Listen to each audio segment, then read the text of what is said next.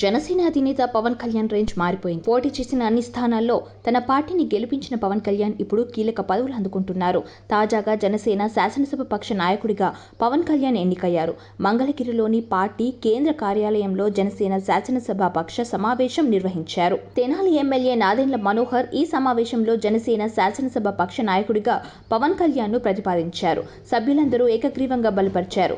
AP సార్వత్రిక ఎన్నికల్లో NDA కూటమి 164 సీట్లు సాధించింది. కూటమిలో భాగమైన జనసేన 21కి 21 సీట్లు గెలుచుకుంది.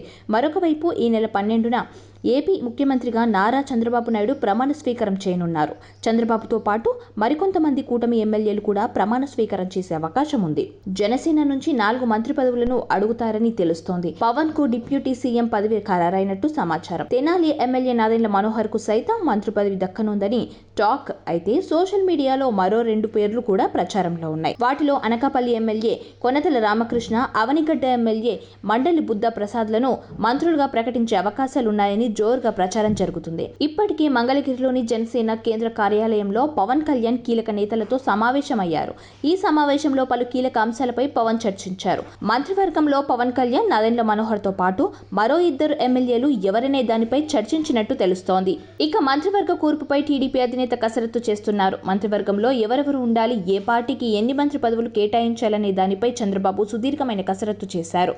ఢిల్లీ పర్యటన పూర్తి చేసుకుని రాష్ట్రానికి తిరిగి చేరుకున్న చంద్రబాబు నాయుడు పలువురు నేతల్ని కలిశారు. మంత్రి పదవులు ఆశిస్తున్న నేతలు ఆయన ఇంటి వద్ద క్యూ కట్టారు. దీంతో ఏ పార్టీకి ఎన్ని మంత్రి పదవులు ఇవ్వాలనే దానిపై చంద్రబాబు కసరత్తు చేస్తున్నారు. అయితే చంద్రబాబు నాయుడు మంత్రివర్గంలో జనసేన అధినేత పవన్ కళ్యాణ్ చేరటం ఖాయంగా తెలుస్తోంది. పవన్ కళ్యాణ్ డిప్యూటీ సీఎం పదవి స్వీకరించేందుకు అంగీకరించినట్లు వార్తలు వస్తున్నాయి. ఒక డిప్యూటీ సీఎం హోదాతో పాటుగా పవన్ కళ్యాణ్ కు హోం, గ్రామీణాభివృద్ధి శాఖలు కేటాయిస్తారని టాక్ వినిపిస్తోంది. అలాగే నారా లోకేష్ కి ఐటీ, పరిశ్రమలు, పట్టణాభివృద్ధి శాఖలు కేటాయిస్తారని సమాచారం.